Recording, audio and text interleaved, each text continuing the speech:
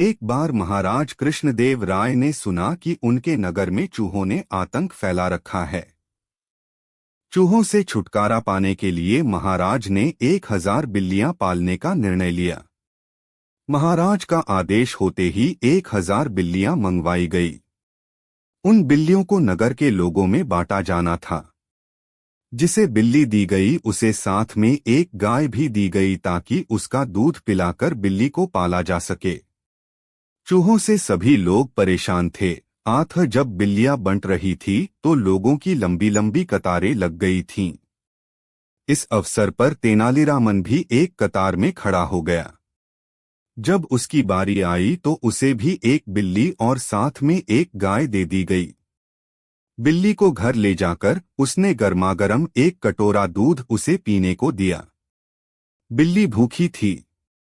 बेचारी ने जैसे ही कटोरे में मुंह मारा तो गर्म दूध से उसका मुंह बुरी तरह जल गया। इसके बाद बिल्ली के आगे जब दूध रखा जाता, चाहे वह ठंडा ही क्यों न हो, बिल्ली वहां से भाग खड़ी होती। गाय का सारा दूध अब तेनालीराम व उसके परिवार के अन्य सदस्य ही पी जाते। बेचारी बिल्ली कुछ ही दिनों में इतनी कमजोर हो गई कि उसमें चूहे पकड़ने की ताकत भी नहीं रही। 3 माह बाद महाराज ने बिल्लियों की जांच करवाई।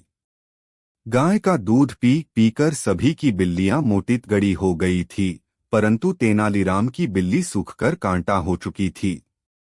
वह सब बिल्लियों के बीच में अलग पहचानी जा रही थी। महाराज ने जब तेनालीराम की बिल्ली की हालत देखी तब वे क्रोधित हो उठे। उन्होंने तुरंत ही तेनालीराम को हाजिर करने का आदेश दिया। तेनालीराम के आने पर वे गरजते हुए बोले, तुमने बिल्ली का यह क्या हाल बना दिया है? क्या तुम इसे दूध नहीं पिलाते? महाराज, मैं तो रोज इसके सामने दूध भरा कटोरा रखता हूँ, अब यह दूध पीती ही नहीं है तो इसमें मेरा क्या दोष है? महाराज को यह सुनकर बड़ा आश्चर्य हुआ। वह अविश्वास भरे स्वर में बोले, क्यों झूठ बोल रहे हो? बिल्ली दूध नहीं पीती। मैं तुम्हारी झूठी बातों में आने वाला नहीं। परंतु महाराज यही सच है। यह बिल्ली दूध नहीं पीती। महाराज झल्लाकर बोले, ठीक है।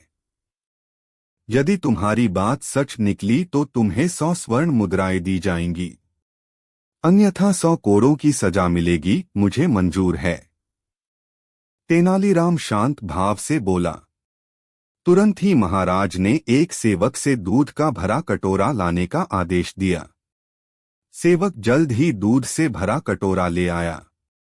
अब महाराज ने तेनालीराम की बिल्ली को हाथों में उठाया और उसका सिर सहलाते हुए दूध के कटोरे के पास छोड़ते हुए कहा, बिल्ली रानी दूध पियो। बिल्ली ने जैसे ही कटोरे में रखा दूध देखा, वह म्याऊं म्याऊं करती हुई वहां से भाग निकली। महाराज, अब तो आपको विश्वास हो गया होगा कि मेरी बिल्ली दूध नहीं पीती। लाइए अब मुझे 100 स्वर्ण मुद्राएं दीजिए, तेनालीराम ने कहा। वह तो ठीक है, लेकिन मैं एक बार उस बिल्ली को ध्यान से देखना चाहता हूँ। यह कहकर महाराज ने एक कोने में छिप गई बिल्ली को पकड़कर लाने का आदेश दिया।